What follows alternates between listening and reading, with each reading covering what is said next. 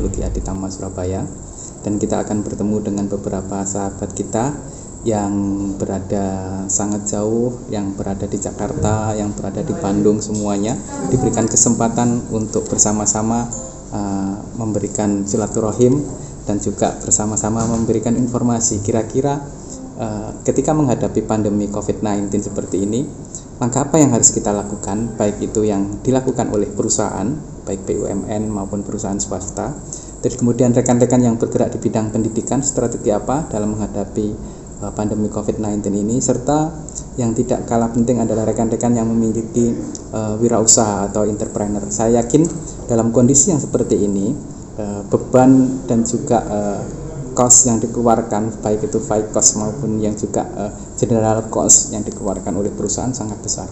Oleh karenanya, pada kesempatan ini kita silaturahim juga menggali ilmu, kira-kira apa yang harus dilakukan oleh perusahaan, baik itu yang bekerja atau yang bergerak di bidang perusahaan, yang bergerak di bidang pendidikan, serta yang bergerak di bidang wirausaha. Terima kasih sudah join di Google Meeting ini, dan mudah-mudahan sapaan teman-teman, rasa kangen ini menjadi ajang silaturahim dan berkelanjutan pada pertemuan-pertemuan berikutnya.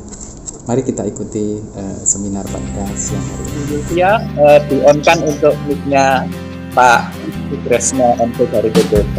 Akan kami simak.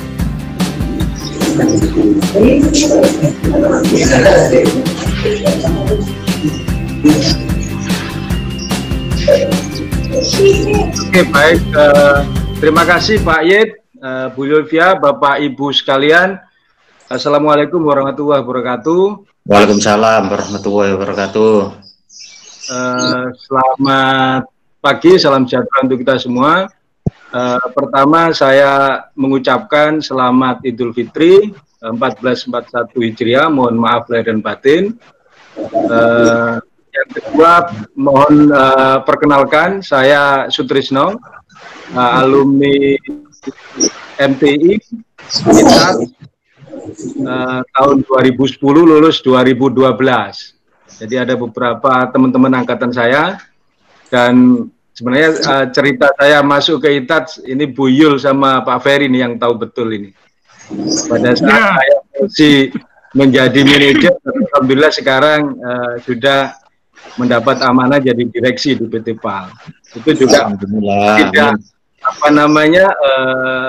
kontribusi besar dari ITAT yang membesarkan saya, termasuk ilmu-ilmunya. Pada saat pertama kali saya masuk, saya nanya ke Bu Yul, kira kurikulumnya apa gitu yang mau diajarkan, dan beberapa mata kuliah yang diajarkan sangat bermanfaat untuk sebagai pengelola bisnis di PT PAL.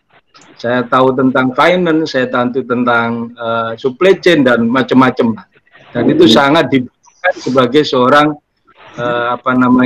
manajerial. Kapal yang masuk di PT PAL untuk di repair, kita lakukan protokol kesehatan secara strict. Salah satunya semua kru harus melakukan rapid test. Begitu ada yang reaktif, kita minta lanjut swab, dan ya sementara dengan kesepakatan awal kita tolak kapal untuk kapal. Ya. Nah, tentu anjuran dari pemerintah dan kita sadari semua, protokol kesehatan kita terapkan. Jadi menjaga jarak, ya. Physical distancing kita upayakan, tetapi memang diproduksi ada beberapa case yang tidak bisa kita hindarkan. Nah, bagaimana caranya? Kalau memang ada pekerjaan itu harus dilakukan secara grup, kita nggak mungkin melakukan physical distancing. Maka yang kita lakukan adalah melakukan proteksi terhadap karyawan itu untuk bagaimana kita bisa eksis di dalam situasi pandemi seperti ini. Dan kita juga berusaha untuk membiasakan, tadi yang saya bilang change, ya, berproduksi, beraktivitas pada kondisi new normal. Kita tidak boleh menghadirkan dan tatap muka ke mahasiswa. Kira-kira apa yang dilakukan oleh institusi Bapak untuk bisa menjalankan aktivitas secara normal? Monggo Pak Untung memberikan pertimbangannya. Silahkan, mungkin 6 menit dulu, nanti kita sambung ke teman-teman yang lain. Monggo. Ini ada Pak Lukman. Begini, Pak Yed, sama teman-teman rekan-rekan. Saya akan mencoba untuk memberikan pandangan tentang kondisi sekarang ya, adanya pandemi COVID-19 dari sudut pandang pendidikan. Karena menurut saya seperti ini, kemustahilan bagi kita untuk kembali ke situasi dan kondisi, kemudian kita berpikir bahwasanya kita akan kembali seperti sebelum adanya pandemi ini. Harus kita lakukan secara real, kemudian apa yang harus kita lakukan secara imajiner. Dan saya melihatnya ini sesuai dengan apa yang diutarakan oleh Mas Menteri kita tentang kampus yang namanya kampus Merdeka itu ya.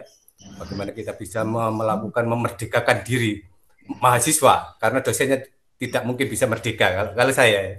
Jadi yang merdeka itu kelihatannya mahasiswanya kali. Bagaimana kita bisa mengimplementasikan pengajaran dalam konsep bilangan kompleks? Pertama, kita harus tahu apa yang harus kita lakukan secara real ketika kita memberikan pembelajaran, dan apa yang bisa kita lakukan secara imajiner dalam memberikan pengajaran kepada mahasiswa. Karena yang terpenting bahwasanya ketika kita merujuk kepada konsep KKN ini, tujuan utama dari pembelajaran adalah bagaimana kita bisa mencapai yang namanya capaian pembelajaran. Itu yang terpenting, bagaimanapun caranya.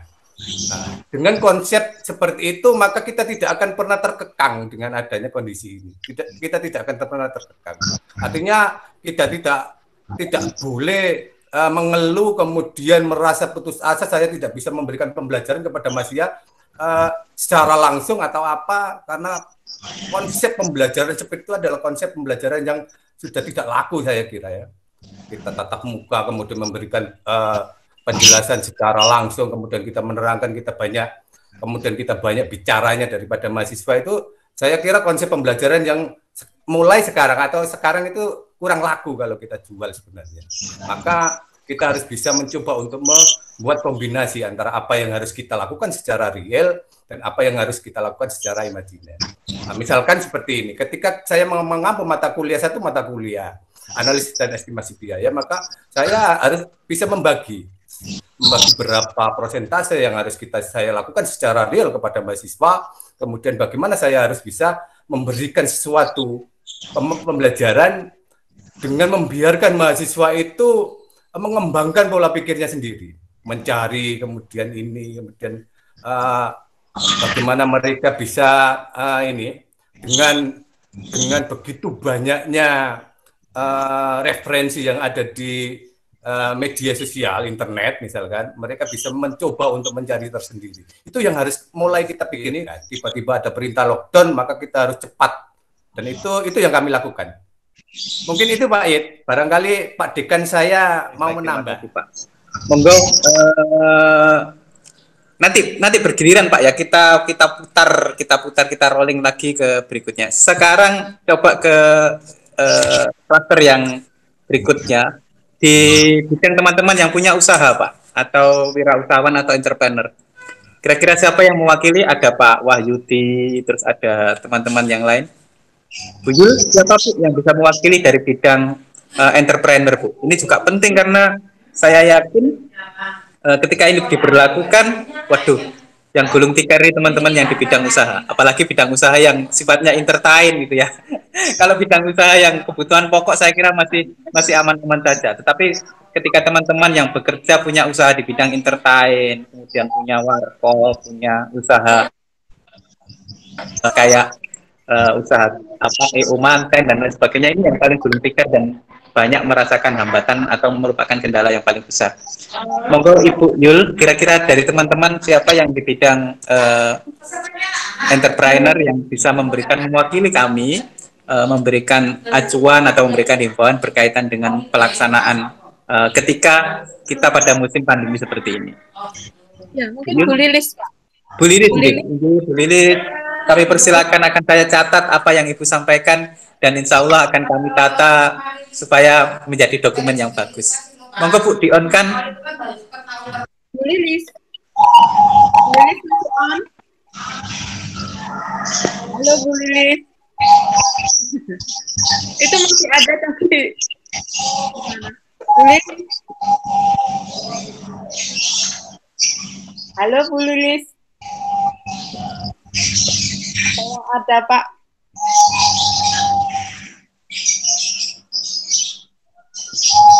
Atau yang ada saja Pak, siapa? Atau yang ada saja Pak Yitno? Pak Wahyudi, Pak Wahyudi. Pak Wahyudi, betul Pak Wahyudi. Monggo Pak Wahyudi. Ya, terima kasih Pak Yitno, Pak Ferry, Bu Yul atas waktu yang diberikan. Saya mulai dari mana ya? Soalnya saya ini tadinya terlahir dari seorang karyawan juga. Sebenarnya saya menempatkan diri ikut orang. Kebetulan bidang yang saya tekuni adalah bidang konstruksi. Di situ kita banyak menimba ilmu dan akhirnya kita langsung endingnya aja. Awal Januari kemarin mulai saya berdiri sendiri. Ini saya cerita pada saat itu mungkin COVID sudah ada tapi masih belum seheboh saat ini. Dengan adanya COVID saat ini sempat di-cancel untuk saat ini Pak Yit dan rekan-rekan. Dalam arti di-cancel bukan berarti dibatalkan, tapi kita tunggu kebijakan dari pemerintah masalah PSBB sampai kapan berakhir. Dan PO sudah kita pegang. Dan alhamdulillah walaupun saya tidak mempunyai pabrik, tapi saya bisa memperkerjakan beberapa puluh orang. Seperti COVID ini terhadap bidang konstruksi itu sebenarnya tidak ada efek sama sekali. Tidak ada efek sama sekali. Kecuali perusahaan asing ya. Kalau perusahaan asing otomatis oleh pemerintah akan disaring benar, tidak boleh dilanjutkan itu. Kalau untuk BUMN insya Allah akan tetap berlangsung. Seperti katakan Pak Trisno tadi, PT PAL juga saat ini kan juga masih eksis juga. Dan saya juga berharap bisa ketemu Pak Sutrisno untuk kolaborasi masalah proyek-proyek yang akan datang. Yang bisa saya sampaikan, Bu Yul, Pak Ferry, terima kasih. Mohon maaf lahir dan batin, minal aidin wal faidin. Assalamualaikum warahmatullahi wabarakatuh. Waalaikumsalam. Terima kasih Pak Wahyudi. Mana Pak Hakim? Oh ya Bu. Ya. Terima kasih. Selamat Pak Ridwan. Pak.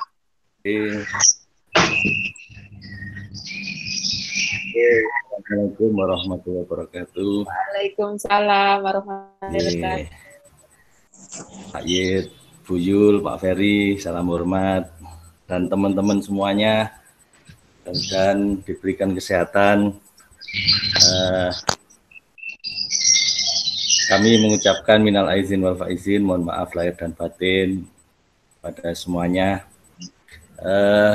Menanggapi kondisi yang saat ini menjelang pemerintah mau menerapkan new normal atau normal baru, di mana kebiasaan yang biasanya tidak biasa menjadi biasa.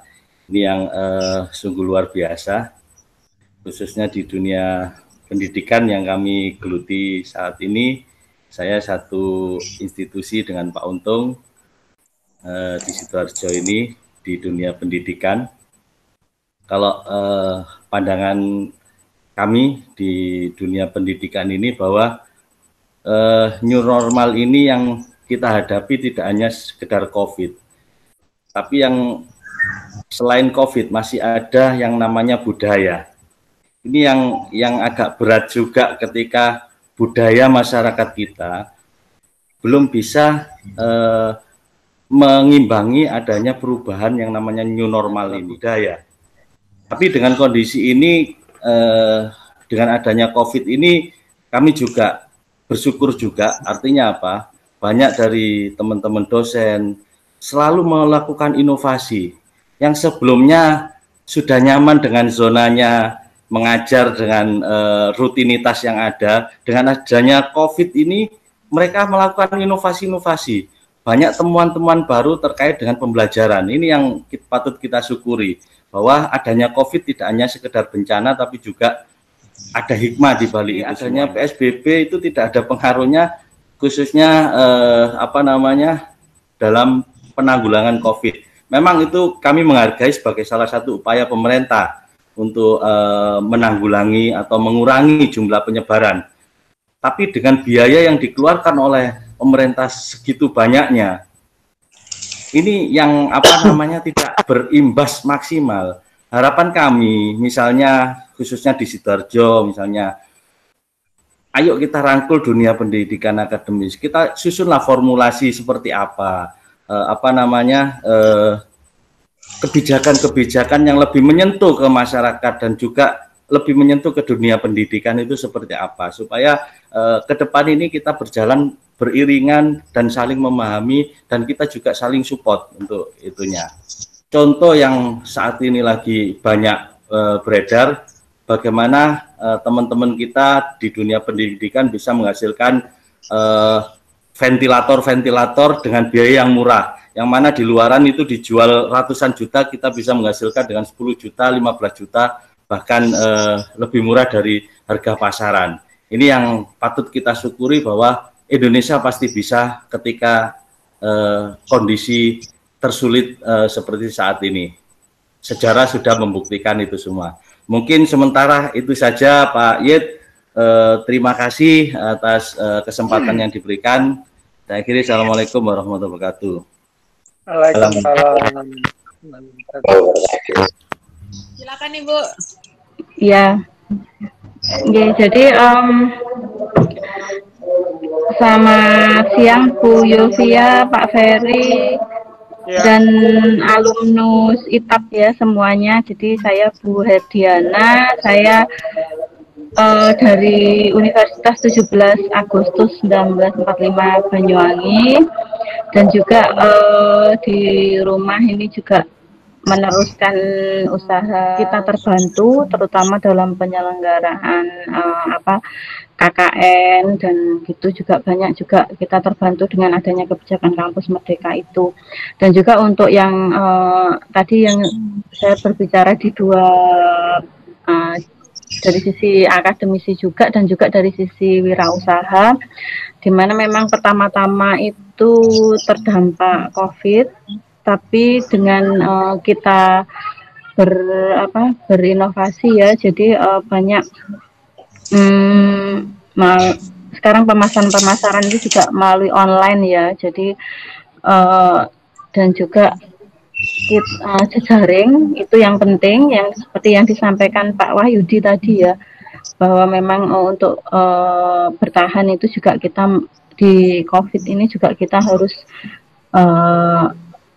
memperhatikan dari sisi jejaring juga, dimana dengan kita adanya jejaring memperluas pemasaran. Jadi pemasaran kita bukan hanya pemasaran konvensional, tapi juga pemasaran yang berbasis jejaring. Kami menyampaikan antisipasi kami selama pandemi COVID itu, kami ini Pak ya tetap mengutamakan physical distancing Pak, sama social distancing. Jadi untuk meja kerja di ruang kerja kami itu juga kami berikan ini jarak gitu, Pak.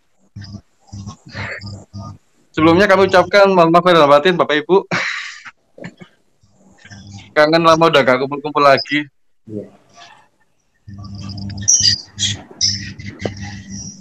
Jadi gitu Pak, jadi di tempat PT PAL itu ini Pak, tetap mengutamakan protokol sesuai dengan arahan dari Kementerian Kesehatan dan Kementerian BUMN Pak, Bapak Ibu. Gitu Pak Yit. Ada lagi kira-kira yang mau ditambahkan? Iya, jadi tetap itu Pak, tetap mengutamakan kesehatan ya dengan jaga jarak, dan alhamdulillah kemarin PT PAL juga melakukan rapid test dan alhamdulillah hasilnya juga negatif Pak. Pak Yit, nanti saya request ya, saya tuh kangen wejangannya Buyul sama Pak Ferry ya Pak Yit ya, jangan lupa ya. Pak Ferry. Saya kangen waktu di depan kelas itu loh, semangatnya menginspirasi. Saya pingin dengar lagi nih kali ini ya. Pak Ferry. Izin Bu Yul, Pak Ferry. Ya, silakan Pak Ferry. Silakan. Dalam kesempatan ini tentu tidak jauh dari materi pandemi COVID-19. Kalau yang kita lakukan sehari-hari mengikuti anjuran pemerintah, saya pasti semuanya udah melakukan. Saya percaya. Tapi ada satu hal yang kita lupa, bahwa kita bisa meminta imunisasi yang kuat supaya kita sehat dengan doa yang ditujukan kepada Allah. Namanya doa kesehatan. Ketika kita berdoa kesehatan, maka apa yang akan kita dapatkan? Kita dilindungi.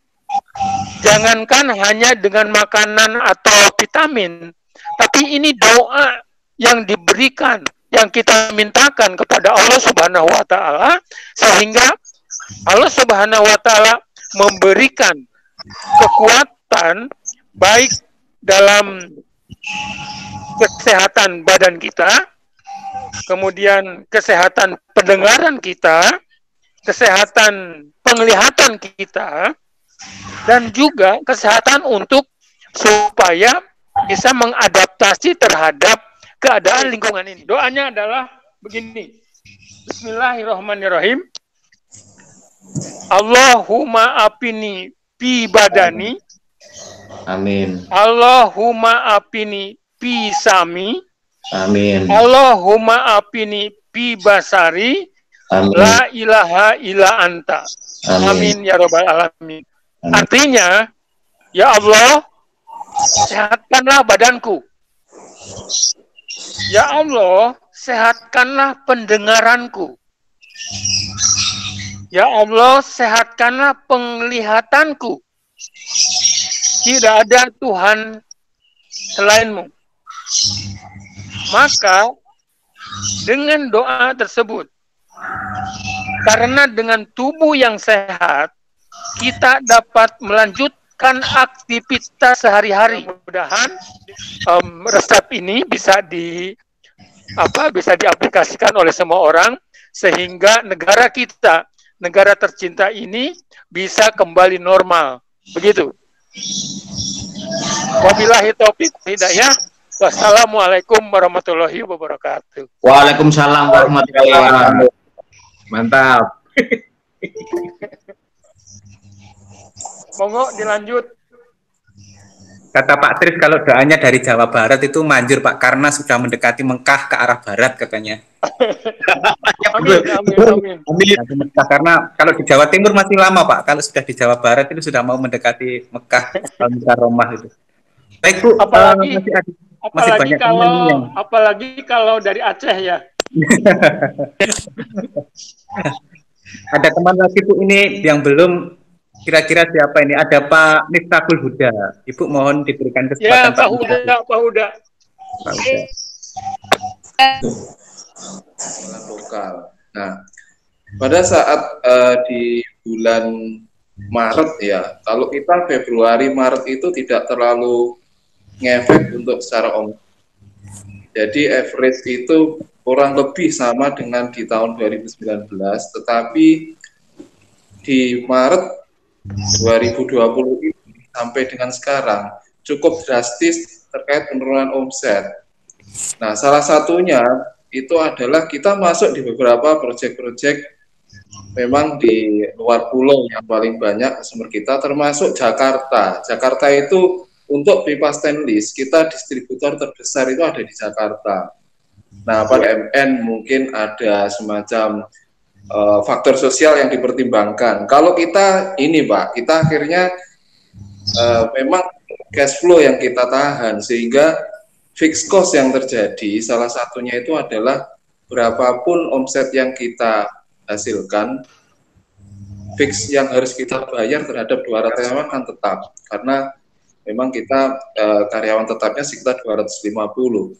Sehingga ada efek memang di perusahaan ini itu beberapa, kalau misalkan kita lihat pekerjaan, ada yang sifatnya itu adalah dorongan, ada yang sifatnya itu memang yang dilakukan oleh karyawan kontrak atau karyawan tetap. Sehingga dengan penurunannya omset itu memang cukup ngefek sekali terhadap aktivitas pekerjaan semua karyawan. Sehingga kita berlakukan di bulan April itu kita sebagian work from home, sebagian 50-50, Pak. Jadi kita usahakan untuk tidak mengurangi karyawan yang ada, tetapi kita memberlakukan untuk pekerjaan yang dilakukan 3 hari masuk, 2 hari libur kalau 5 hari kerja, sehingga itu yang bisa kita lakukan. Mungkin intinya cukup itu, Pak. Terima kasih. Assalamualaikum warahmatullahi wabarakatuh. Waalaikumsalam warahmatullahi wabarakatuh. Yul, masih ada siapa lagi Bu yang Mungkin ada Pak Ponidi. Assalamualaikum warahmatullahi wabarakatuh. Waalaikumsalam warahmatullahi wabarakatuh. Salam hormat, Bapak Ibu sekalian. Saya termasuk angkatan yang termasuk agak lama juga. Saya satu angkatan dengan Pak Puji, Pak. Kebetulan saya sekarang ngajar di Teknik Mesin Universitas Muhammadiyah Surabaya, dan kebetulan saya juga bergerak di bidang engineering. Paling tidak sedikit banyak juga merasakan imbas COVID-19 ini, Bapak Ibu. Nah, cuman memang kebetulan saya bergeraknya di bidang alutsista TNI, sehingga paling tidak hubungannya juga masalah perbaikan kapal, perbaikan persenjataan dan sebagainya.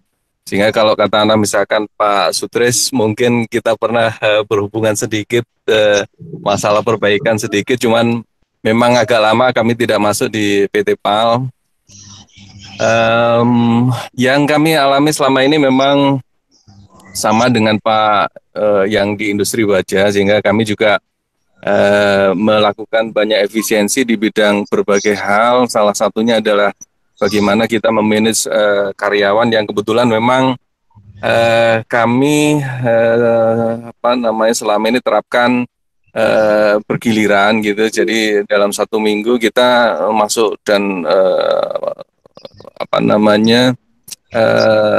tidak masuk secara bergiliran. Mungkin kalau kata Anda misalkan kita dalam 6 hari itu sebagian masuk, sebagian off gitu kan, sehingga paling tidak produksi kita tetap kita berjalan. Katakanlah misalkan satu sisi di perusahaan kami tidak dituntut lebih banyak karena memang kondisinya seperti itu, satu sisi kami bisa menghasilkan sesuatu yang lebih dari biasanya yang selama ini memang kami tinggalkan sebagai kewajiban sebagai dosen.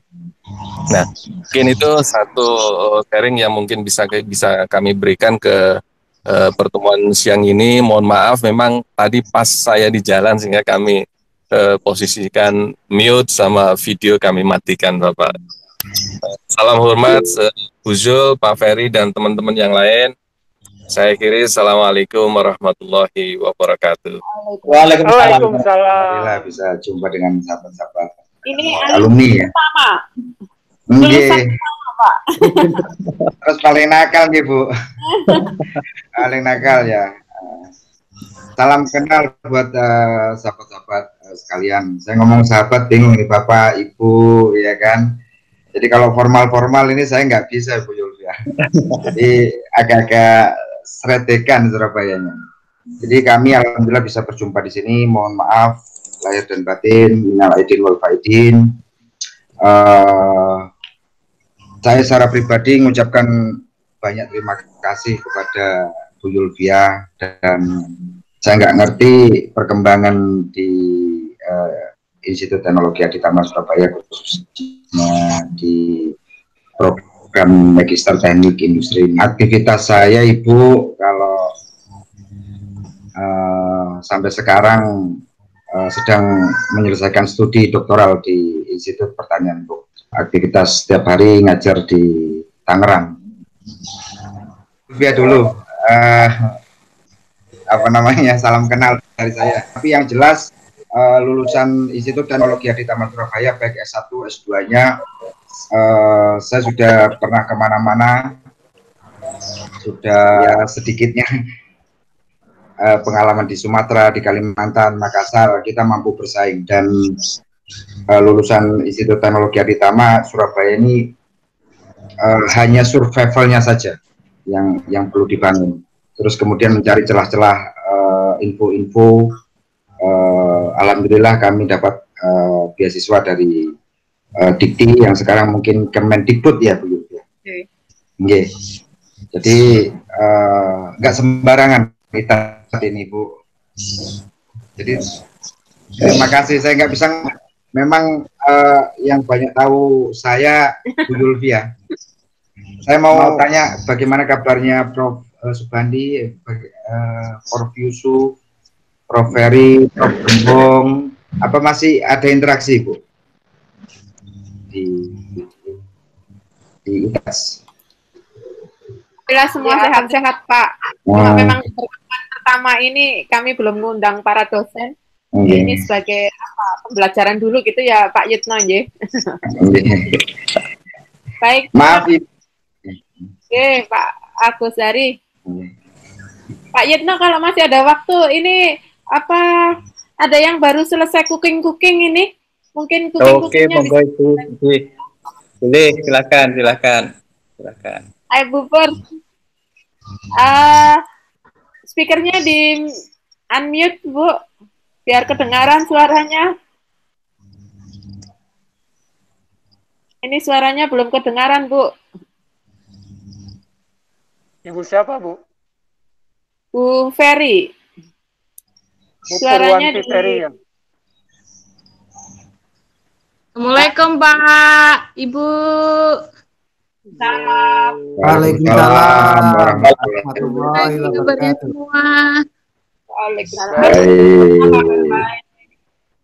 Mana Ibu? Mana cookingnya Bu? Hasil cookingnya? Cookingnya cuma sederhana Bu. Ini lagi masak sambal bawang aja sama tempe. Kebetulan kami lagi di Jogja. Kebetulan saya stay di Jogja sekarang. Oh. Jadi Jogja 2 hari ini perkembangan untuk COVID-nya 0 Bu. Oh, alhamdulillah. Iya, bahkan kami di daerah kami dijadikan percontohan untuk pembukaan new formal. Oh, alhamdulillah. Cuman menunggu yang dari ada lagi Bu Indogrosir ini kan, karena kemarin Indogrosir ada yang kena COVID, jadi nunggu itu dulu. Wajahnya ketemu gimana ini? Wajahnya jelas gini loh Pak. Mana? Ini masih belum lengkap ya Pak? Itu suka digojlokin tuh waktu kuliah itu sama saya itu.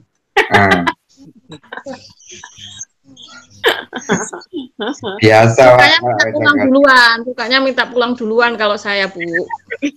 Oh ini baru kelihatan ya, tadi nggak kelihatan. Surabaya masih red zone ya Pak Bu? Surabaya masih red zone. Masih Ibu, doain kami Ibu. Ya, semoga sehat-sehat selalu semua. Amin. Pak Yitno, ini masih ada Pak Puji Pak. Ini dari Unpak Surabaya Pak. Ya, Semua Pak diberi kesempatan Bu. Mungkin kita nanti akan selesai sekitar 20 menit lagi ke depan. Jadi teman-teman diberi kesempatan semua walaupun hanya sekedar say hello. Nanti di lain waktu akan kita buat rubrik ini lebih bagus dan kita tata jangan lupa. Monggo Ibu Yul. Ya, monggo Pak Puji.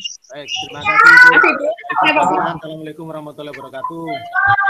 Waalaikumsalam warahmatullahi wabarakatuh. Pak, dari saya seangkatan dengan Pak Ponidi. Tadi sudah nyampaikan. Assalamualaikum Pak Ferry. Terima kasih setelah bertemu dengan Pak Ferry. Waalaikumsalam. Ya. Ini Bapak Ibu, memang pada saat saya masuk di ITA dulu status saya masih di tata usaha.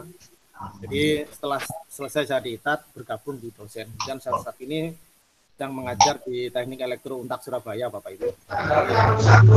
Mungkin sama dengan Bu yang dari Banyuwangi tadi mungkin Bu ya, sama-sama Untaknya, jadi Bu Erdiana.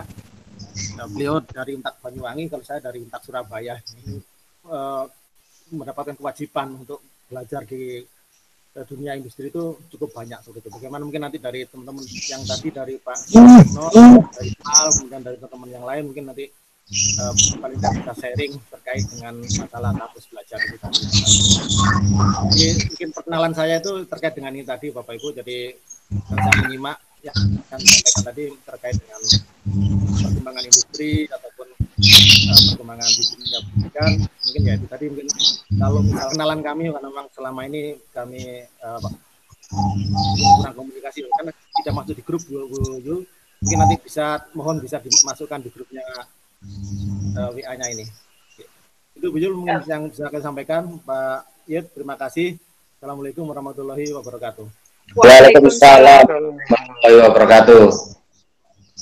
Ini masih ada Pak Hengki Riawan. Oke, Pak Hengki, mantap Pak Hengki. Ini tadi dari awal sekali ada. Iya, betul. Pak Hengki masih online. Pak Hengki masih online. Iya Bu. Apa ya?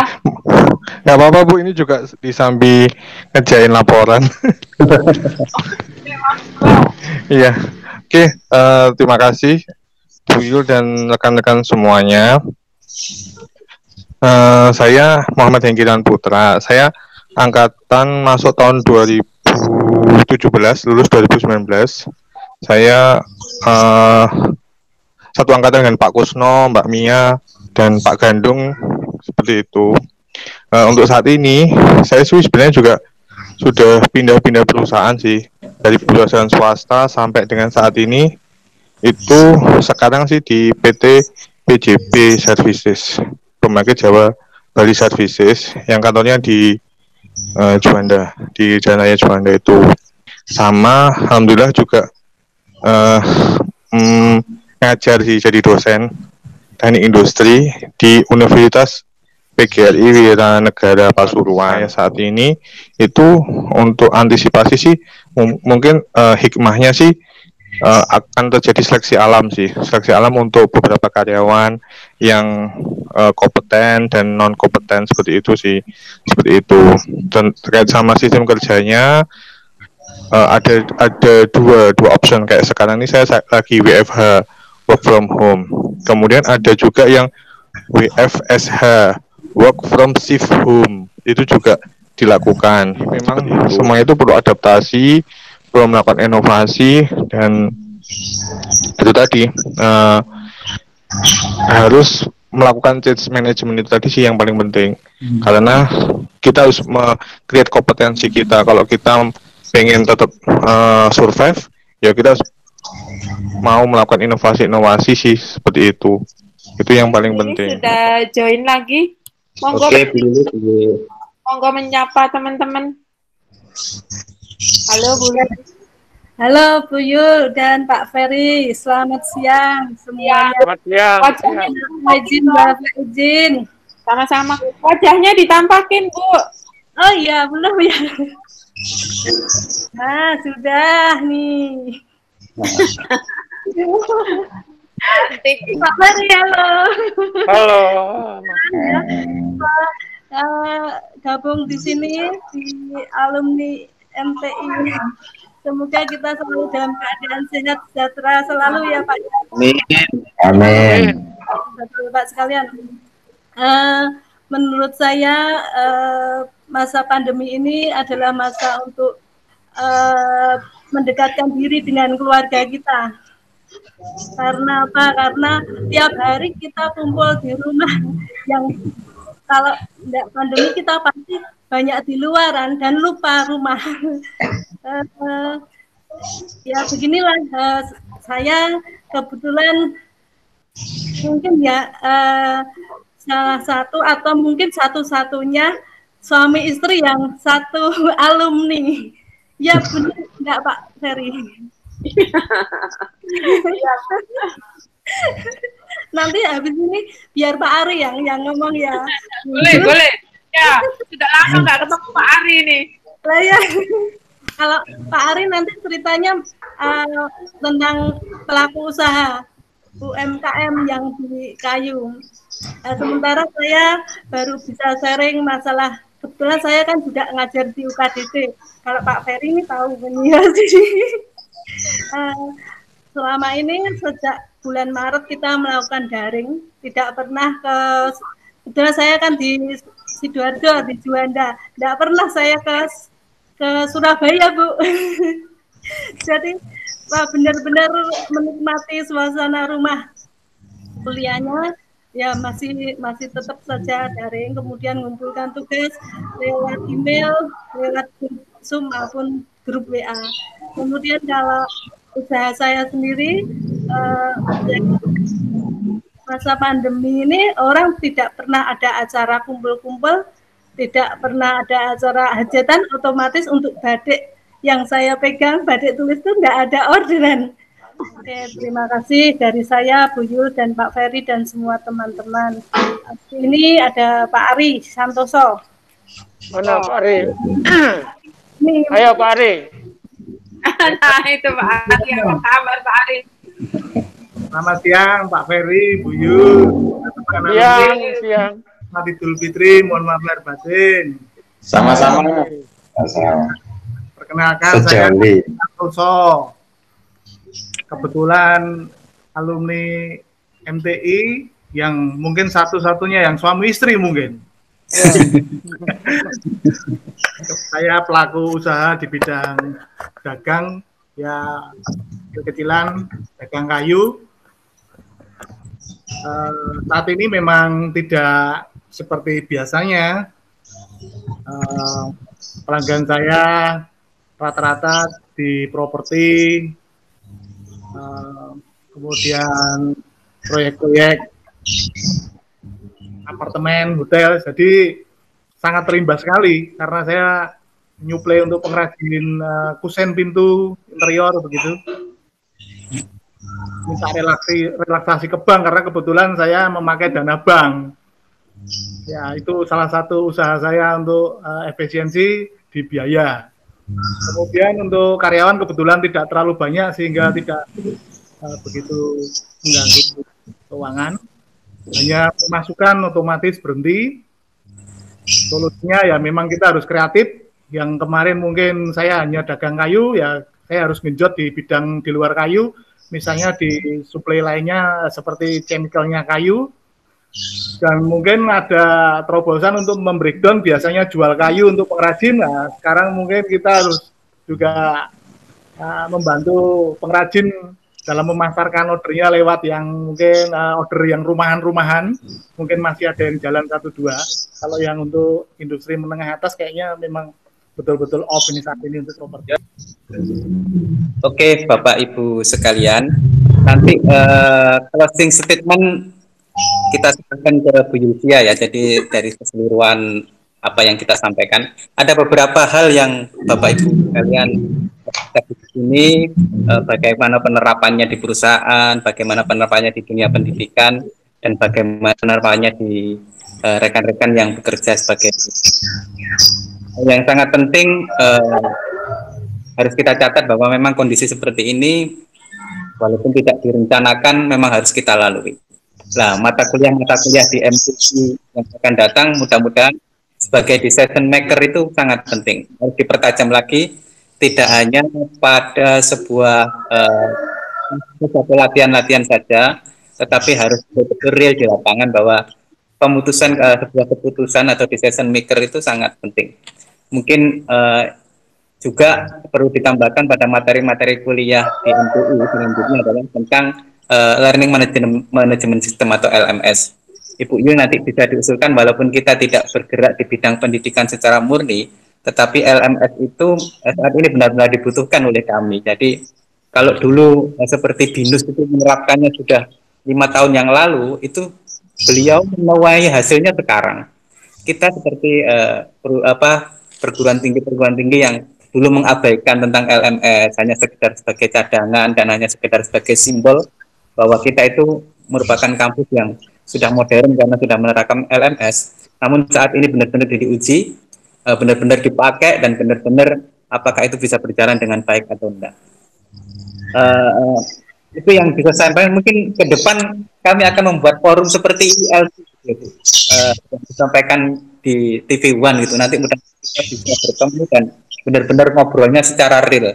Kalau saya lihat gitu, narasumbernya luar biasa. Saya tidak pernah menemui perbincangan yang sangat luar biasa seperti ini. Ini kalau dikemas betulan, kemudian ditayangkan di YouTube yang sifatnya live itu akan luar biasa. Dan yang pasti akan diisi gamelan campur sari saya nanti Bu kalau iya biasanya seperti itu ya Bu ya. Harus ada selingannya, harus diisi campur sari ya.